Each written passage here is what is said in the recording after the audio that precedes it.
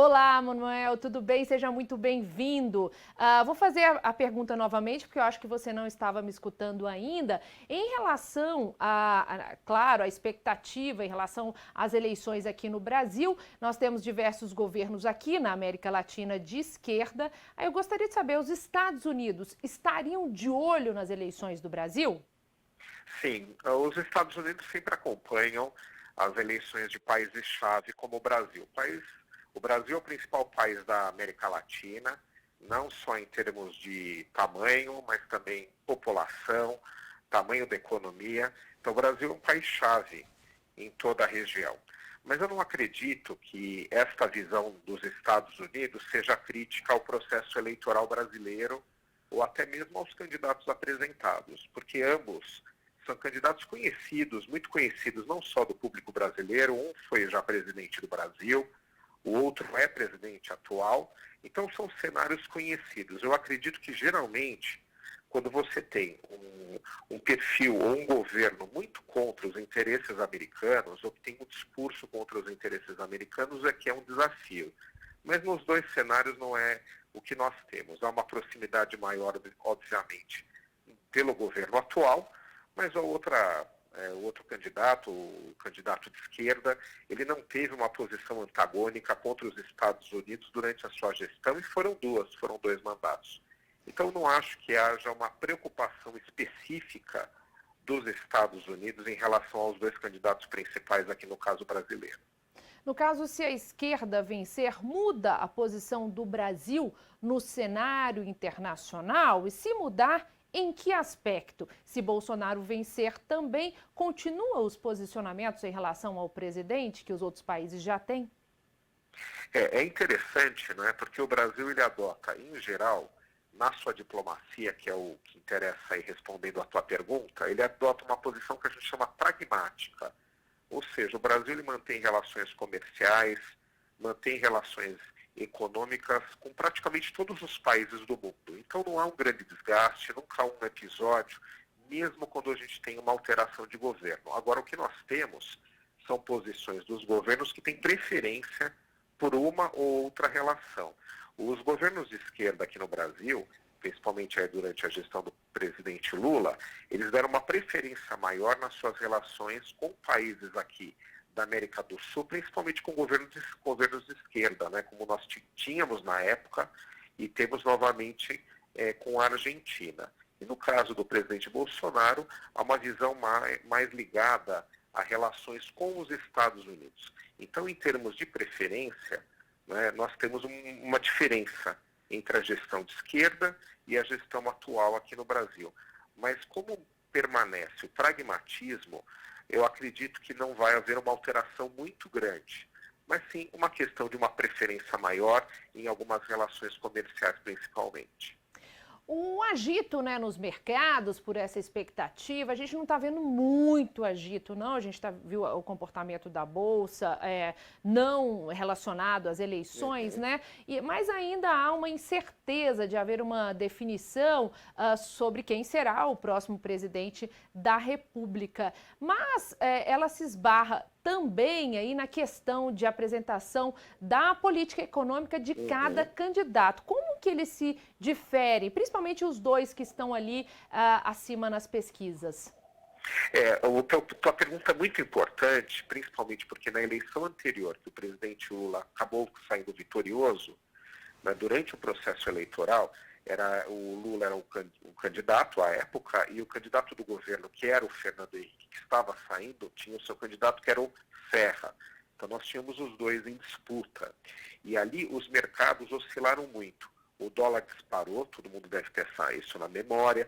A taxa de juros do Banco Central aumentou para conter a inflação.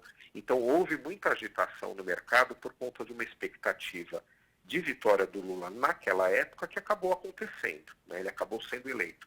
Porque agora os mercados estão mais calmos, né? Que é um ponto muito interessante mesmo da sua pergunta. Justamente porque os mercados já conhecem, né, o que foi o governo do ex-presidente Lula e conhecem o governo atual. Então, os dois cenários, tanto de reeleição do presidente Bolsonaro quanto de eleição, né, uma nova eleição, uma reeleição do presidente Lula são cenários muito conhecidos de ambos, porque um governou, o outro governa o país. Então, por isso que nós temos, obviamente, algumas ansiedades, mas não um rebuliço, nada parecido com o que tivemos no final do governo do Fernando Henrique, justamente por uma expectativa, né, de eleição do Lula, por conta da incerteza do que aquilo representaria. Então, essa incerteza hoje ela não existe mais, né, por conta dos candidatos serem conhecidos. E é até interessante também que eu recentemente dei uma palestra para 140 empresários aqui em São Paulo, há pouco tempo, e o que eles observaram foi isso.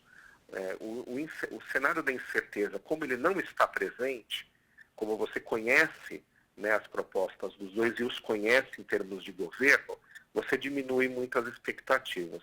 Mas sim, em termos de política econômica, nós temos diferenças, né, entre uma proposta e outra. Né? Nós vemos, por exemplo, que o presidente Lula já fez uma colocação de que não fará privatizações. Nós temos ainda muitas estatais grandes no Brasil, e o presidente Bolsonaro, que já fez agora uma privatização muito grande recentemente da Eletrobras, uma das maiores da história do Brasil, já se propôs a continuar essa agenda. Então tem diferença econômica sim. O que a gente não tem é tanta incerteza por serem candidatos já conhecidos dos mercados. Em relação aos planos de governo, né, o Lula ainda não apresentou essa questão econômica. Isso preocupa os mercados ou não? Gera um pouco de expectativa, sim. Né? Eu já falei da questão das privatizações, mas você tem outros aspectos importantes. Não é? Um deles é que, recentemente, houve uma reforma na legislação brasileira e agora o presidente do Banco Central, aqui do Brasil, ele tem mandato. Então, quando o presidente da República escolhe e o nome é referendado pelo Senado, ele permanece no cargo por um mandato, mesmo que mude o próximo presidente da República. Então, até que ponto o plano de governo do Lula não vai querer mudar, por exemplo, isso, que é um item importantíssimo. Né? A gente segue o modelo americano com mandato.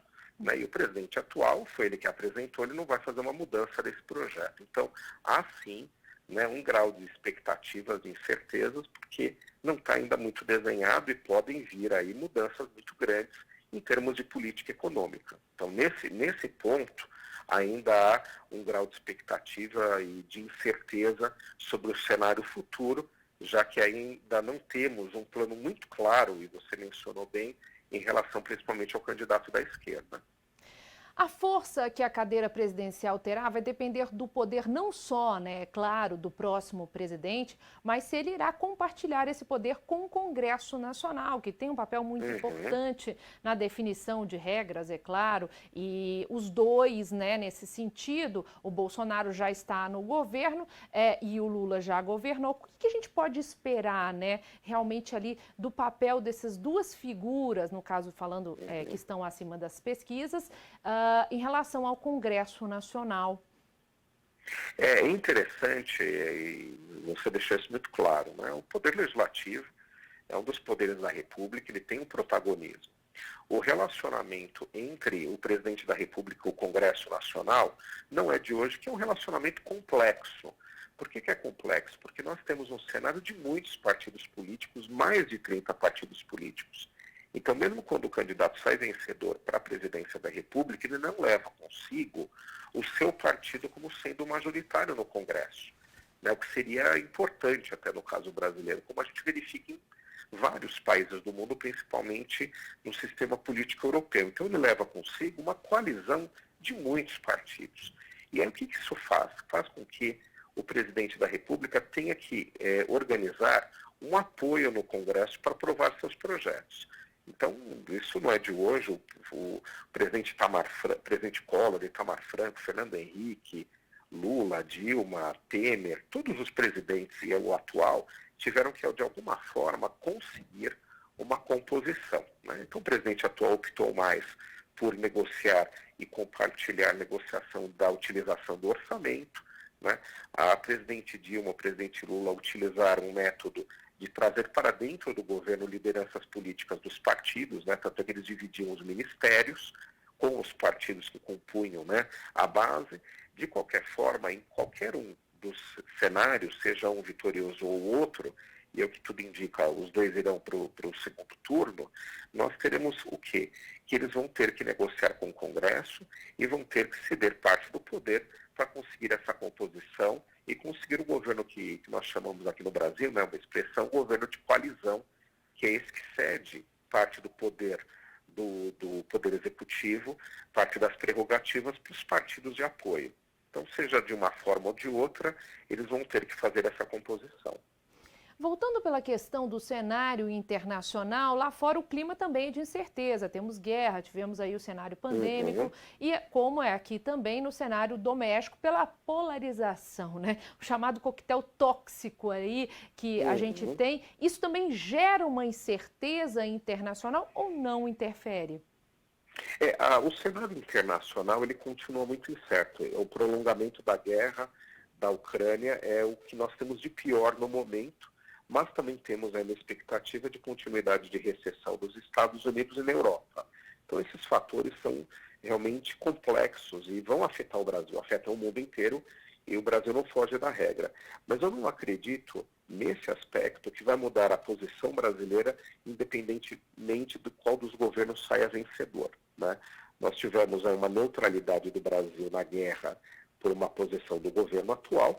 Não acredito que o governo futuro, se a oposição vencer, né, o presidente Lula vencer, vai mudar esse cenário.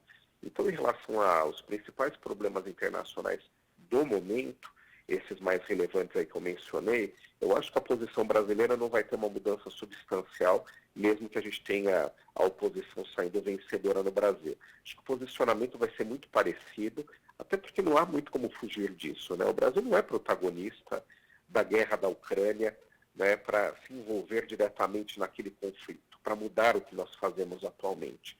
E até que ponto é interessante a gente se indispor com a Rússia ou com os Estados Unidos. O melhor mesmo é a posição que a gente utiliza atualmente. Tá certo, então, Manuel, muito obrigada pelos seus esclarecimentos. Bom voto para você. Obrigado. Uma boa noite a todos. Boa noite.